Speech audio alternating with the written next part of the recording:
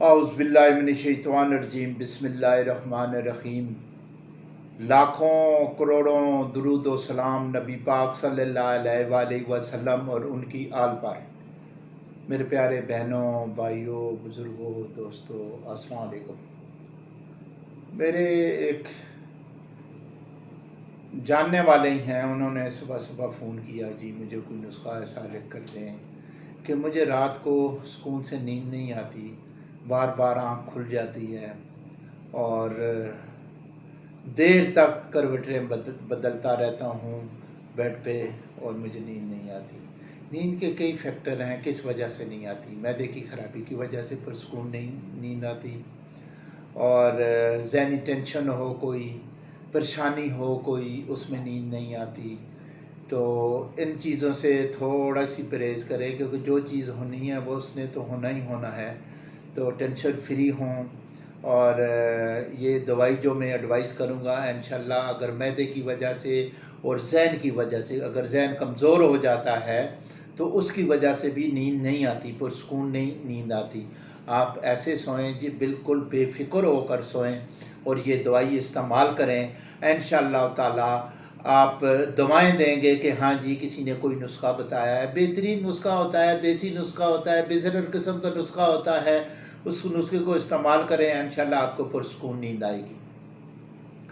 آپ سب سے پہلے تو لے لیں خشخاش 50 گرام، 50 گرام اخروٹ گری لے لیں، بادام جو ہے وہ 50 گرام لے لیں، پستہ مغز 50 گرام، چار مغز 50 گرام، کاجو 50 گرام، اور یہ تمام چیزیں جو ہیں آپ اچھی طرح اس سے بہتر ہے کہ ساتھ یہ تھوڑا تیز ہو جائے گا، جعفل مغز جو ہے، جعفل کا مغز جو ہے نا، اندر جو گری ہوتی ہے وہ بھی 50 گرام لے لیں۔ یہ تمام چیزیں باریک کوٹ لیں یا گرائنڈ کر لیں، گرائنڈ کر کے آپ کسی ایک جار میں بند کر لیں۔ آپ صبح سویرے اٹھ کر آپ 1 چمچ آپ نے لینی ہے چائے والی چمچ دودھ کے ساتھ، اور ایک رات کو نیم گرم دودھ کے ساتھ لے لینی ہے رات کو۔ تو آپ 15 سے 20 دن، 1 مہینہ کھائیں تو یہ ایسی چیز ہے، یہ دماغ کو بھی ایسا تیز کر دے گی، کمپیوٹر کی طرح تیز کر دے گی۔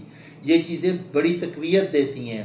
یہ وٹامن ڈی بھی اس کے اندر ہوتے ہیں، اور اس کے اندر اگر وٹامن ڈی کی کمی ہے تو تل بھی ملا لیں، تو یہ آپ کے اعصاب کو بہت مضبوط، وٹامن ڈی کی کمی اور مثانے کی کمزوری کو بھی ساتھ یہ کور کرتے ہیں۔ تو 50 گرام تل بھی اس کے اندر ڈال لیں یہ سب چیزوں میں۔ تو انشاءاللہ تعالی آپ مجھے دعائیں دیں گے، کوئی نسخہ بتایا تھا، ایسے پرسکون سوئیں گے، جس کروٹ لیٹیں گے اسی کروٹ اٹھیں گے انشاءاللہ تعالی۔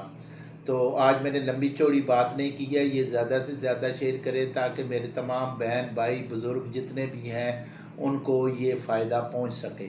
السلام علیکم ورحمۃ اللہ وبرکاتہ۔